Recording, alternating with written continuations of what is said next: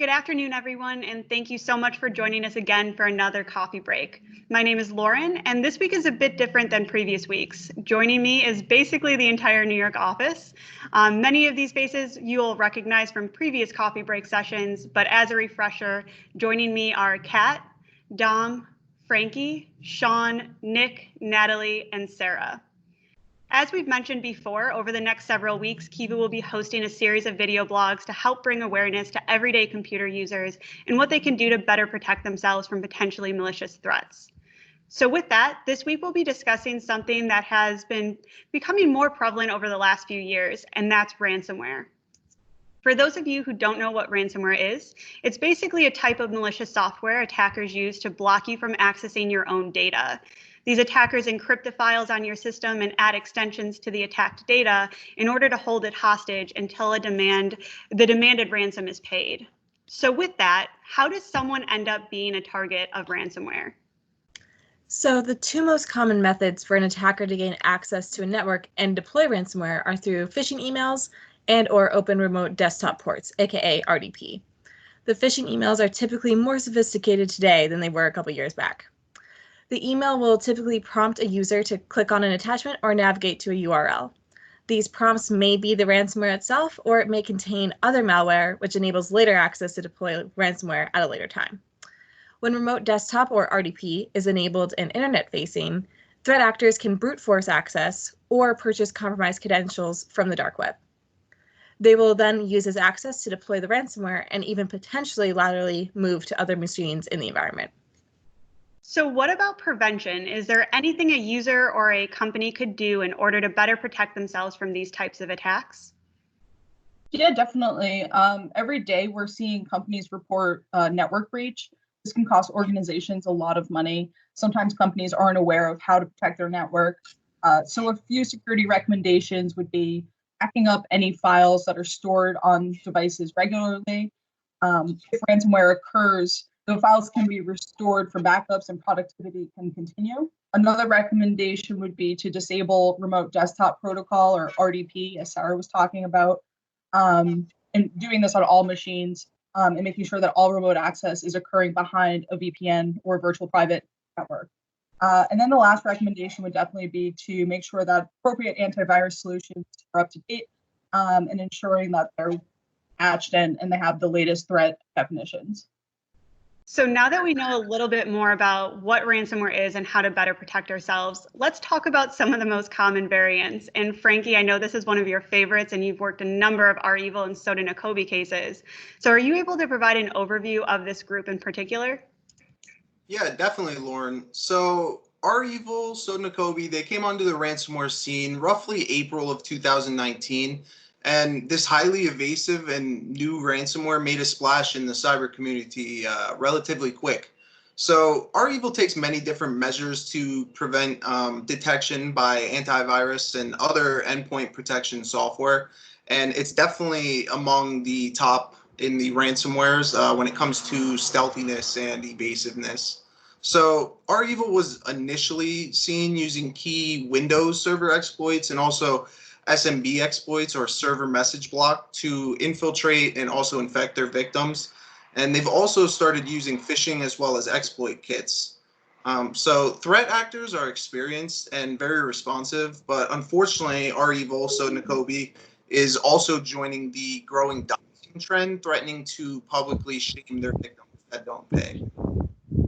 So another group we see a lot of is Dharma. Dom, are you able to provide some information on this group? Yeah, so unlike REvil, Dharma is fairly simple. It is known as ransomware as a service. So essentially what this means is that anyone could purchase this ransomware on the dark web and they can use it to infect any amount of victims they want. And the developer will just get a specific percentage of the ransom payments that come in. Because of this, we may often deal with new or inexperienced actors, and this can sometimes make it difficult for us while we're helping the client to remediate. Dharma is most commonly known for compromising their victims' networks using RDP.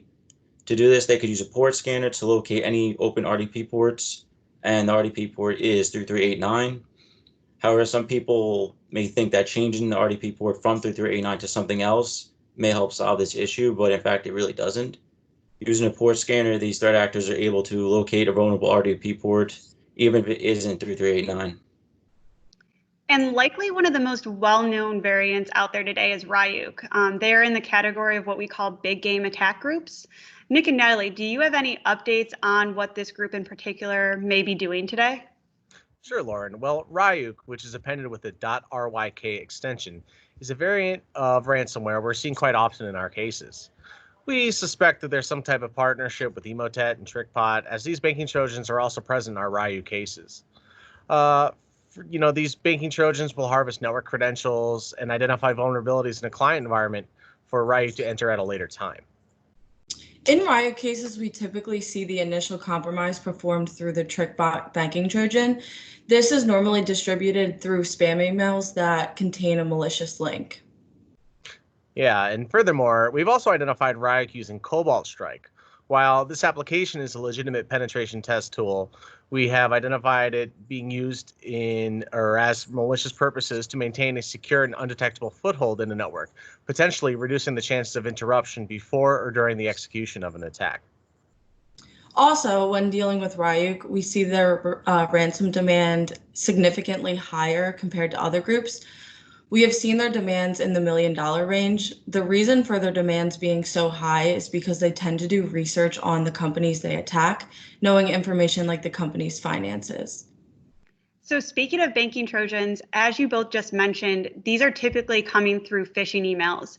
Sean, are you able to talk a bit more about business email compromises and why they play such an important role still today? Yeah, of course. Yeah, we see quite a few of these BEC cases every month. And I think there are 4 things to keep in mind about how the compromises happen and why they're so concerning. First of all, the incoming phishing emails often come from legitimate and known senders. So the threat actors will compromise an account, send a phishing email to the contacts of that legitimate account, and then it only takes one recipient to follow the link and keep the cycle going with a whole new batch of accounts. The second piece of the attack is that the emails look legitimate at a glance. A user who's been trained to detect signs of phishing would likely spot the flaws, delete the email or report the message, and move on, but they do usually look legitimate. Third, the credential harvesting landing pages that are often used to steal credentials also look close enough to legitimate, again, at a glance. We've seen cases where the threat actors will set up a lookalike file share, landing page with the victim's company name in the link in the URL, as well as across the top of the page. The threat actors are putting in quite a bit of effort to look legitimate, so users really need to remain cautious and alert when they're visiting links, as always. Finally, there is often more to these emails than just collecting contact details and recursively sending out phishing emails.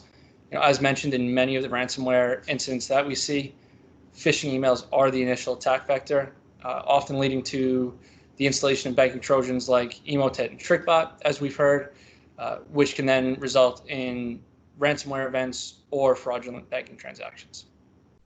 So thank you to the New York team for your time this afternoon, and thank you to everyone who tuned in and listened to another one of our coffee breaks. And as always, please feel free to reach out to the Kivu team if you have questions or any security concerns. But with that, see you all next week.